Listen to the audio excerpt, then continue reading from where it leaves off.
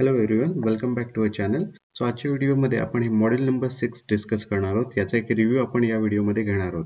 So एक्झामच्या दृष्टीने model number 6 important आहे आणि त्यातलं काय काय करायचं आहे आणि त्याच्या मागचं कन्सेप्ट कशा आहेत हे आपण आज स्टडी करून घेऊया.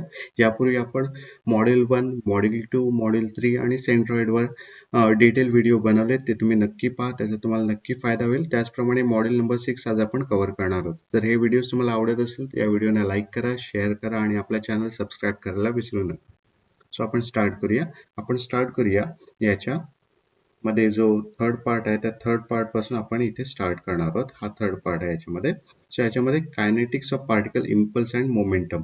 सो याच्यामध्ये इम्पॅक्ट बिटवीन टू बॉडीजचे प्रॉब्लेम्स विचारू शकतात. ते प्रॉब्लेम्स फार इम्पॉर्टंट आहेत. सो यामध्ये तुम्हाला काय माहिती असणं गरजेचं आहे, तर first one conservation of momentum. So conservation of momentum माहिती असणं गरजेचं आहे. पहिला मोमेंटम काय आहे? सो मोमेंटमची जर स्पेलिंग लिहिली तर शेवटचे दोन लेटर्स आपल्याला दिसतात यू आणि एम. यू म्हणजे व्हेलॉसिटी, एम म्हणजे mass. So mass into velocity is nothing but the momentum. The unit of mass is kg and unit of velocity is meter per second. So momentum is mass into velocity. So conservation of momentum काय सांगतं आपल्याला? Momentum before impact is equal to momentum after impact. So momentum change होत नाही, दोन्ही same राहतात. So momentum before impact should be equal to momentum after impact. So याच्यामध्ये momentum कसं find करतो? सपोज दोन बॉडीज आहेत ए आणि बी. याच्यामध्ये आपण व्ही ही टर्म इम्पॅक्टच्या बिफोरची जी व्हेलॉसिटी आहे ती डिनोट करण्यासाठी दाखवतो आणि व्ही डॅश ही टर्म इम्पॅक्ट झाल्यानंतर काय व्हेलॉसिटी असेल ती डिनोट करण्यासाठी आपण व्ही डॅश ही टर्म वापरतो. सो ए जर बॉडी असेल त्याचं मास असणार एम ए. बिफोर इम्पॅक्ट त्याची व्हेलॉसिटी असणार V A. After impact mass same राहणार M A, but velocity change होणार व्ही ए डॅश. समजते? बॉडी बी साठी मास आहे M B, velocity before impact असणार आहे व्ही बी आणि आफ्टर इम्पॅक्ट मास असणार आहे एम बी आणि व्हेलॉसिटी असणार आहे V B dash. So conservation of momentum आपण कसं मिळणार? मोमेंटम बिफोर इम्पॅक्ट याची व्हेलॉसिटी आणि मास किती हे आहे, बीचं किती हे आहे. सो या दोघांची ऍडिशन, तीन बॉडी असेल तर तिघांची addition M A V A plus M B V B it is equal to M A V A dash plus M B V B dash. So इथे कोणतेही नेगेटिव्ह साईन नाही, minus sign कुठेच नाही. बरेच मुलं लिहिताना इक्वेशन चुकवतात. फक्त आपल्याला ऍडिशन करायचं, हे फर्स्ट इक्वेशन तुम्हाला लिहिता आलं पाहिजे, तरच तुम्ही या रिलेटेड प्रॉब्लेम सॉल्व्ह करू शकणार. So M A V A plus M B V B is equal to M A V A dash plus M B V B dash. फार सिंपल इक्वेशन आहे, काही याच्यामध्ये मिस्टेक करण्याचे चान्सेस नाहीत. आता V A आणि व्ही बी calculate करताना आपल्याला काय काळजी घ्यायची आहे ती बघा. जसं आपण रिझॉल्व्ह करतो फोर्स, सो एखादी इन्क्लाइन जर व्हेलॉसिटी असेल तर त्याला सिमिलरली आपल्याला रिझॉल्व्ह करायचं आहे एक्स आणि वाय कंपोनंट मध्ये. हा थिटा असतो तिचा. सो हा कंपोनंट काय असेल? व्ही ए कॉस थिटा आणि व्ही ए साइन थिटा. या वेने आपण ते रिझॉल्व्ह करणार आहोत. यासाठी आपल्याला त्याची क्वाड्रंट माहिती असणं गरजेचं आहे. जसं आपण फर्स्ट व्हिडिओमध्ये डिस्कस केलंय की क्वाड्रंट वाईज आपण प्लस मायनस साईन देऊ शकतो. या क्वाड्रंट मध्ये दोन्ही प्लस आहेत, एक्स आणि वाय. यामध्ये एक्स मायनस वाय प्लस, याच्यामध्ये दोन्ही मायनस, याच्यामध्ये एक्स प्लस आणि वाय मायनस. सो या वेने आपल्याला हे रिझॉल्युशन करायचंय. सपोज याच केसमध्ये आपण एखादी केस घेऊ. ओके, सो ही एक केस आपण घेऊया. इथे ही व्हेलॉसिटी, इथे ए ची व्हेलॉसिटी तुम्हाला दिसते आणि इथे बी ची व्हेलॉसिटी. आता ए ची व्हेलॉसिटी कशी आहे तर हॉरिझॉन्टल आहे. सो याचा व्ही ए एक्स कंपोनंट किती असणार आहे ती व्हेलॉसिटी, आणि व्ही ए वाय किती असणार आहे 0, कारण हा फोर्स, ही जी व्हेलॉसिटी आहे ती हॉरिझॉन्टल आहे, सो तिचा वाय कंपोनंट 0 येणार आहे आणि ही टुवर्ड्स राईट आहे, सो व्हॅल्यू प्लस आहे. तर नेक्स्ट व्हेलॉसिटी इथे आहे, याचा एरो इथे आहे. फ्री एंड कुठे? इथे. तर इथे आपल्याला एक क्रॉस ड्रॉ करून घ्यायचा आहे असा. ठीक आहे. सो हा कोणत्या क्वाड्रंट मध्ये येतोय तर हा सेकंड क्वाड्रंट मध्ये येतो. सेकंड क्वाड्रंट असेल तर काय लिहायचं आहे आपल्याला? सेकंड क्वाड्रंट मध्ये x minus Y plus. So या वेने आपल्याला जी व्हेलॉसिटी इथे मिळणार आहे ती किती मिळणार आहे? व्ही बी, इथे लिहूया आपण व्ही बी एक्स आणि व्ही बी Y. V B x minus येणार, VBY प्लस येणार. हा अँगल एक्स ऍक्सिस सोबत आहे, सो बिंदास आपण लिहू शकतो 3 cos 50 and 3 sin 50. Y axis सोबतचा जर अँगल दिला असेल आपल्याला तो एक्स ऍक्सिस सोबत कन्वर्ट करून घ्या आणि या वेने प्लस मायनस लिहायला विसरू नका. प्लस मायनस लिहिणे गरजेचं आहे, अदरवाईज तुमचा आन्सर चुकणार आहे. सो आपल्याला फर्स्ट इक्वेशन जे याच्यामध्ये लिहायचे आहे ते आहे conservation of momentum. Momentum before impact is equal to momentum after impact. ठीक आहे. आणि याच्यामध्ये आता डिरेक्शन ठरवायची आहे. सपोज या ज्या बॉडीज आहेत त्या एक्स डिरेक्शन मध्ये कोलाइड होणार आहे, म्हणजे यांची जी लाईन ऑफ इम्पॅक्ट आहे ती हॉरिझॉन्टल आहे. बट या केसमध्ये आपण सेकंड केसमध्ये जर बघितलं तर यांचा लाईन ऑफ इम्पॅक्ट कसा आहे, हे वर्टिकल आहे, सो वाय डिरेक्शन आहे. बट या केसमध्ये लाईन ऑफ इम्पॅक्ट जो आहे तो आहे हॉरिझॉन्टल.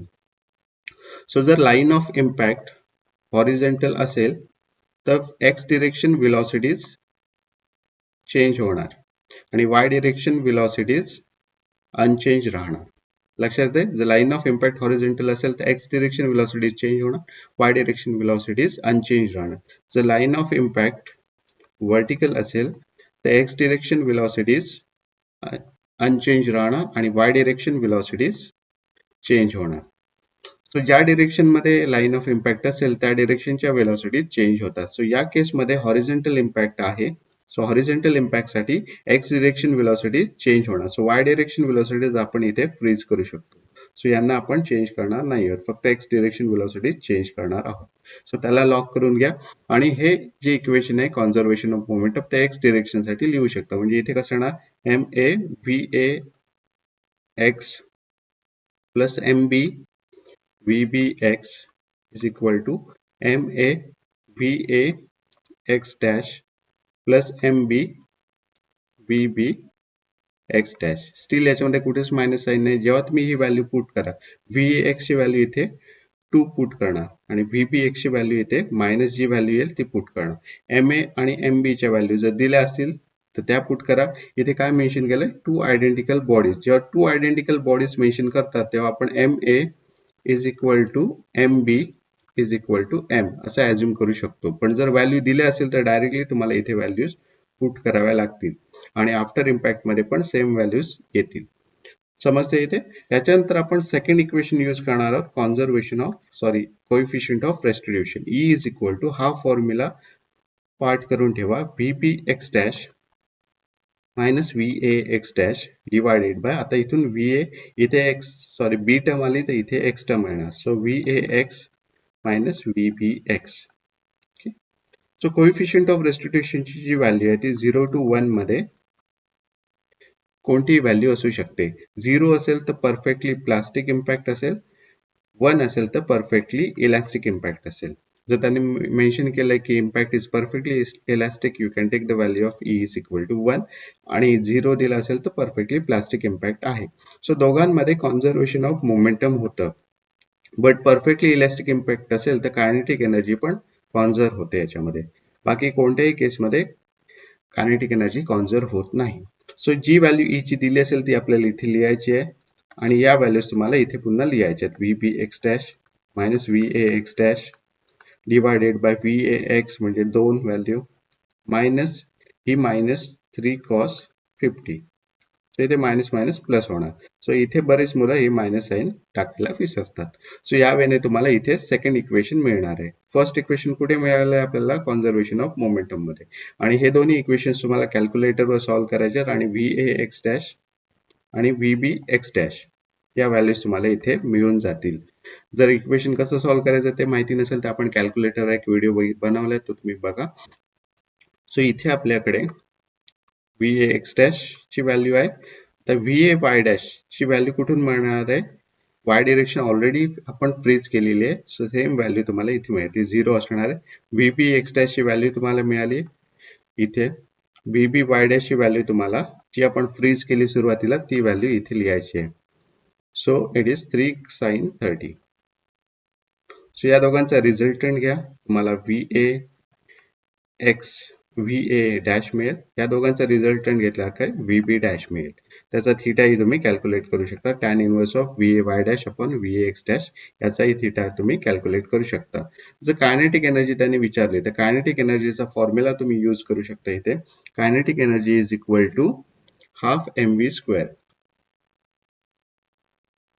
हा त्याचा फॉर्म्युला आहे. So kinetic energy percentage loss of kinetic energy जर विचारलं असेल तर kinetic energy before impact minus kinetic energy after impact divided by kinetic energy before impact, हा फॉर्म्युला यूज करायचा, इंटू 100 ने मल्टिप्लाय करायचं. आता kinetic energy before impact calculate करताना आपण काय करणार, half M V square plus half M B V B square. ठीक आहे, M A square V B square. Identical असेल तर एम टाकायचं इथे. व्ही ए ची व्हेलॉसिटी 2 आहे आणि व्ही बी ची व्हेलॉसिटी 3 आहे इथे. आणि आफ्टर इम्पॅक्ट जर कायनेटिक एनर्जी हवी असेल तर half M A V A dash square plus half M B V B dash square.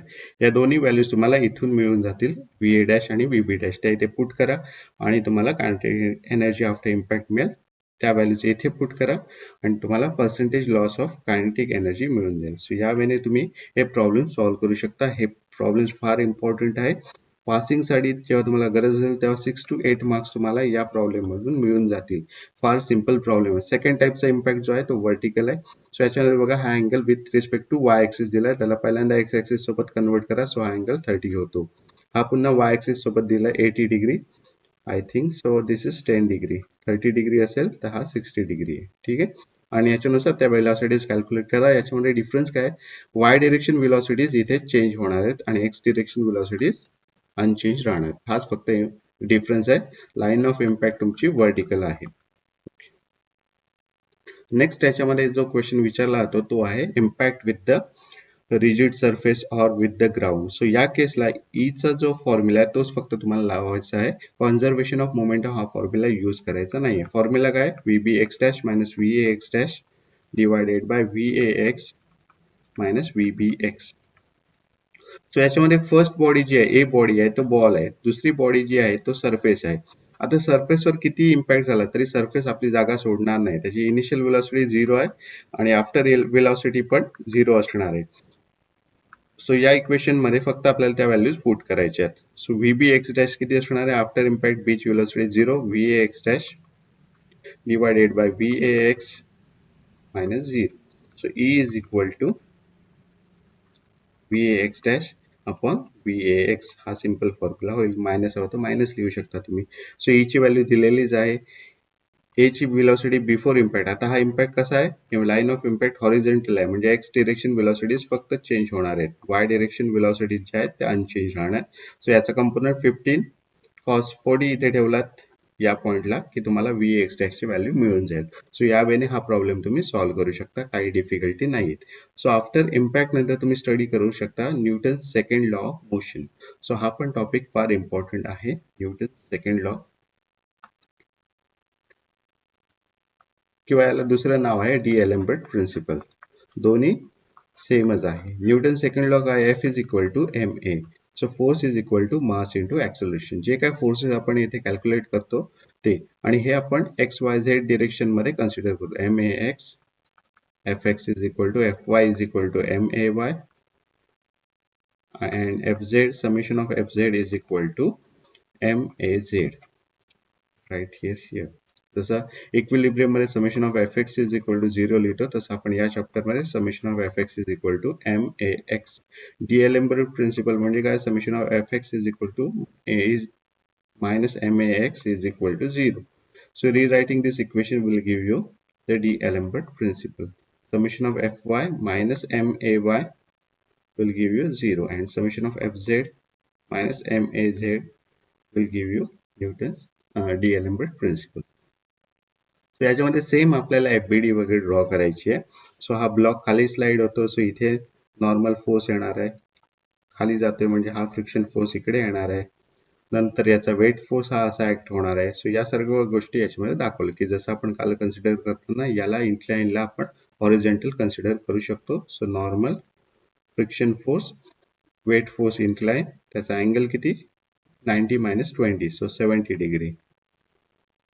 इथे फक्त तिथे रिझॉल्व करून दाखवलं डब्ल्यू कॉस 70 डब्ल्यू साइन 70 हा N1 आहे आणि 0.3 N1 फ्रिक्शन फोर्स आहे. सो यासोबत आपल्याला ही कायनेटिक डायग्राम ड्रॉ करावी लागते. सो ती फक्त इनर्शिया कुठे आहे बॉडीचा ते दाखवते. आता याच्यामध्ये ब्लॉक ए, हा ब्लॉक एचा आहे, हा कुठे जातो, याचा ऍक्सलरेशन कुठे आहे, डाऊन साईडला आहे. सो सेम वे हा डाऊन साईडला दाखवलेला आहे. आता हे ऍक्सलरेशन साठी पण तुम्ही प्लस मायनस साइन कन्सिडर करू शकता. Towards right plus, towards left minus. Acceleration upward positive, downward negative. हे साइन कन्व्हेन्शन तुम्हाला इथे यूज करायचे आहेत. सो याचे इक्वेशन लिहिताना पहिल्यांदा आपण summation of F Y is equal to M A Y यापासून स्टार्ट करणार आहोत. आता ही बॉडी बघा, ही फक्त एक्स डिरेक्शन मध्ये त्याला ऍक्सलरेशन आहे. सो वाय डिरेक्शनचं ऍक्सलरेशन किती असणार आहे, 0 आहे. So summation of F Y हे पहिलं आपल्याला मिळेल. यात तुम्ही एन कॅल्क्युलेट करू शकता.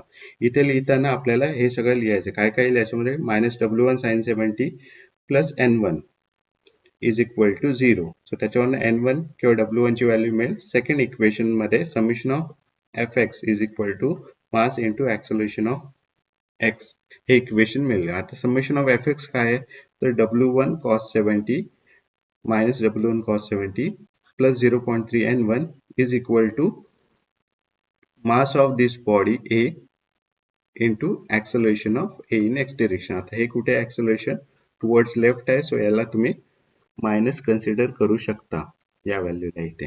सो या वेळेने तुम्हाला इक्वेशन्स लिहायचे आहेत. सो स्टॅटिक मधला काही पार्ट, हाफ पार्ट आणि डायनामिक्स मधलं केडी डायग्राम आणि ऍक्सलरेशनचं नॉलेज एवढी जर तुम्हाला माहिती असेल तर तुम्ही हा प्रॉब्लेम इझिली सॉल्व्ह करू शकता.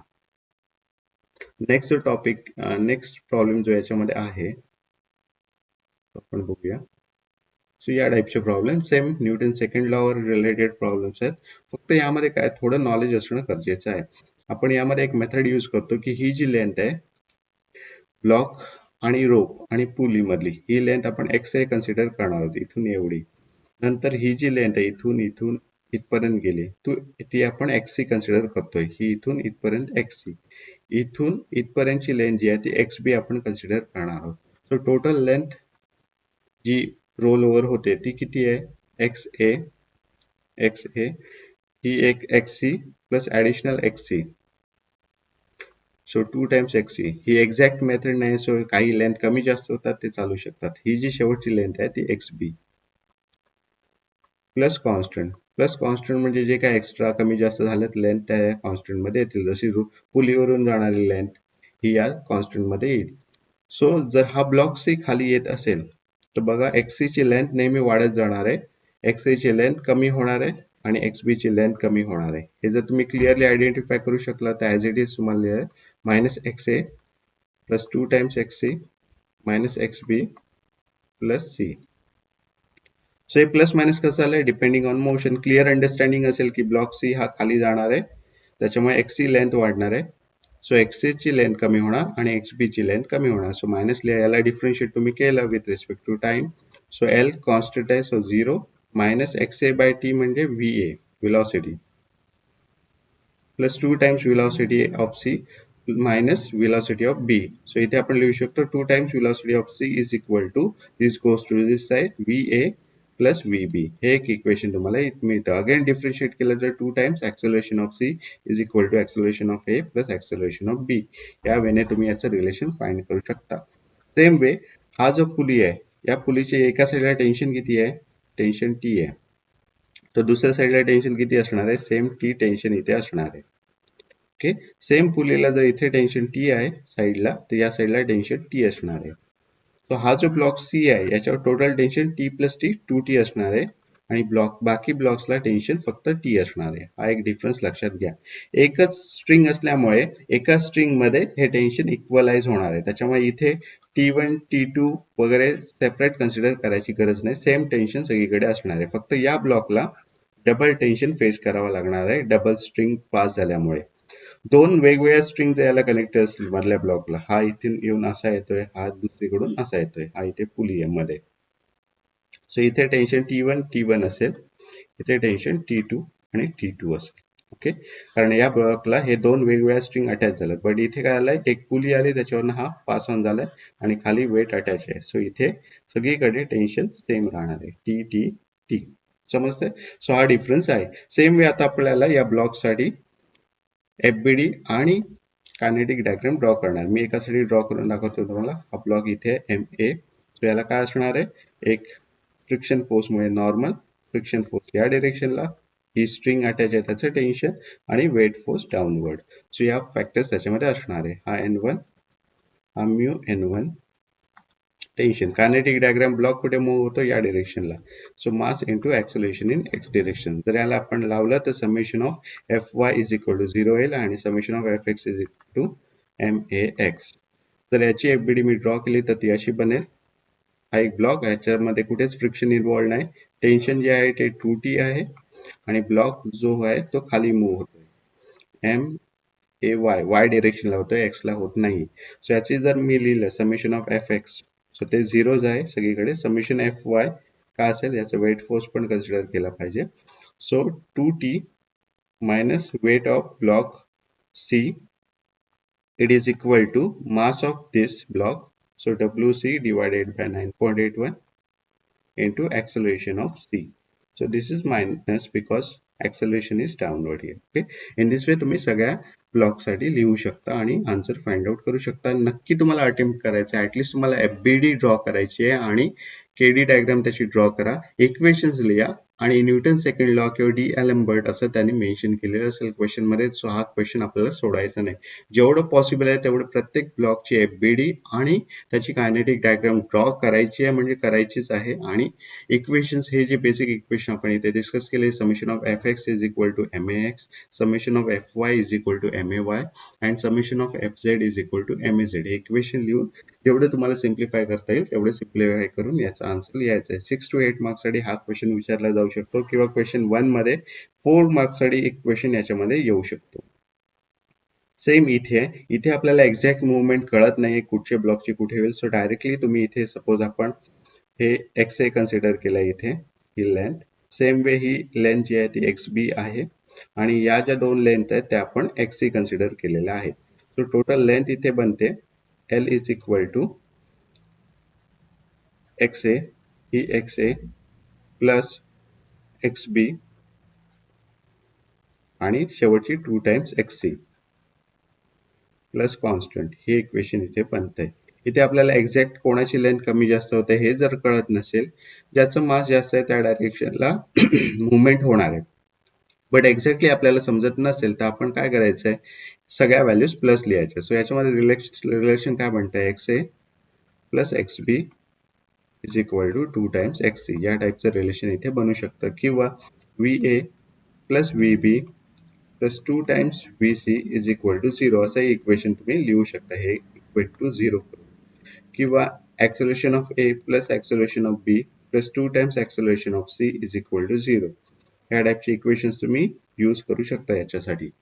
तर या मॉडेल मधला आता थर्ड पार्ट जो आहे तो पण फार सिंपल आहे. त्याचं नाव आहे work energy principle. Work energy principle. So work energy प्रिन्सिपलचा जो फॉर्म्युला सिंपल आहे, half mass into V square plus work done during the process 1 to 2 is equal to half m v2 square. So half m v1 square he kinetic energy आहे in stage 1.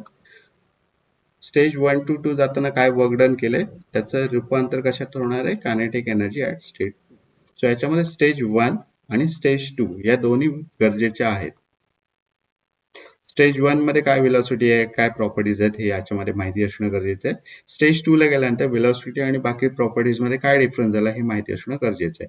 So velocity use करून तुम्ही kinetic energy काढू शकता दोन्ही ठिकाणी. इथे मास जे आहे ते केजी मध्ये आहे, न्यूटन मध्ये नाही.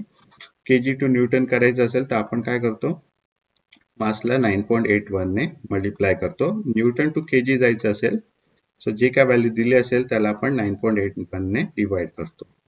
सो ही लक्षात ठेवा.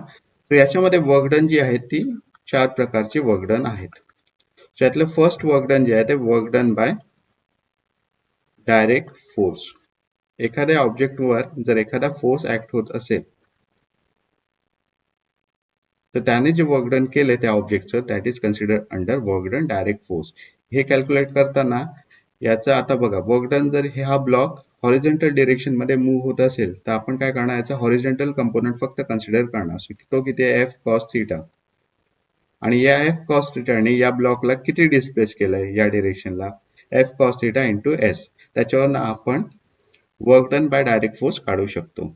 जर हा ब्लॉक वर असा फोर्स ऍक्ट होत असेल आणि हा ब्लॉक वरच्या डिरेक्शनला जात असेल तर इथे आपण F sine theta into vertical displacement हे कन्सिडर करू शकतो. हे लक्षात ठेवा.